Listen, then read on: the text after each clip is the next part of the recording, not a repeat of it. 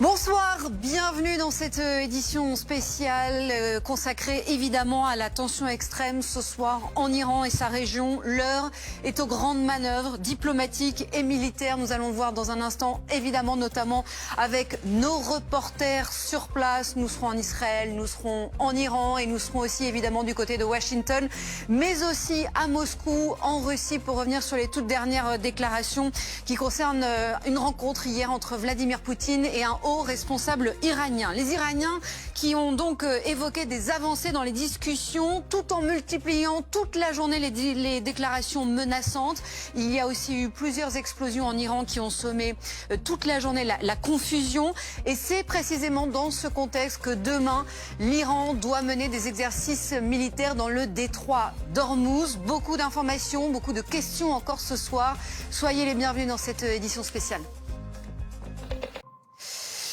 Une fois de plus, donc, je vous le disais, ce soir, la tension est extrême en Iran et dans la région. Pas de mouvement du côté ou de déclaration fracassante du côté de Washington. Comment faut-il l'interpréter? Est-ce que Donald Trump est encore en train de réfléchir? Va-t-il, oui ou non, passer à l'action? L'autorisation pourrait être donnée demain, dimanche, selon des médias indépendants américains. Vous le voyez, nos reporters sont sur place à Washington, à Moscou, à Tel Aviv, mais aussi évidemment du côté de Téhéran. Ce qu'il faut savoir aussi ce soir, c'est l'une des dernières déclarations importantes, c'est que le chef du Conseil de sécurité nationale iranien évoque des progrès en vue de négociations avec les États-Unis, alors que tout porte à croire le contraire, notamment si on se fie aux déclarations menaçantes toute la journée des autorités iraniennes. Illustration.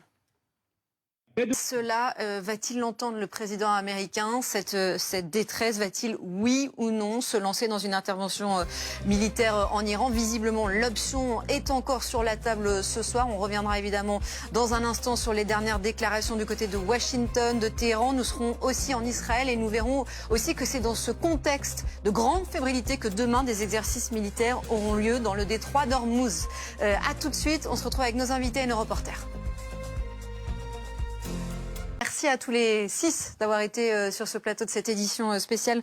On va passer à notre soirée Ligne Rouge qui est consacrée à un sujet que vous connaissez bien, Général Pellistrandi, la France qui est aujourd'hui la 3e donc, puissance nucléaire mondiale après les États-Unis et la Russie, avec une force de dissuasion sous-marine hors du commun, constituée de 4 sous-marins nucléaires lanceurs.